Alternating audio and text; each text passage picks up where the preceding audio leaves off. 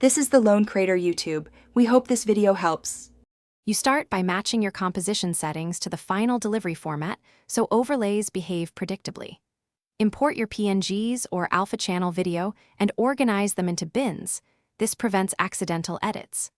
Once done, drag an adjustment layer or a placeholder solid where the overlay will live and enable motion blur on the comp and relevant layers so movement looks natural. Make sure to set blending modes later. For now, focus on correct resolution, frame rate, and cleanly labeled assets to speed the next steps. You now position and scale the overlay to match your footage. Adjust the anchor point and animate position as the camera moves. Once aligned, choose a compositing method.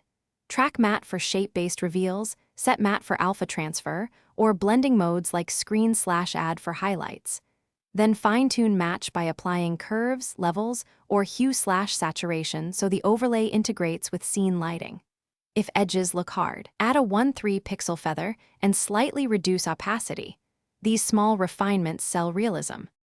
You finish by animating opacity, scale, or timer map to sync the overlay with action. Use easing to avoid abrupt motion. Once satisfied, pre-render complex segments using a high-quality codec like ProRes or a lossless format, then assemble the final render. If you see halos, black edges, or color shifts, check premultiplied versus straight alpha settings, confirm linear versus 8-bit color space, and verify layer stacking order. If playback stutters, purge cache and lower resolution playback, then re-render. Thanks for watching. Consider subscribing if we helped you.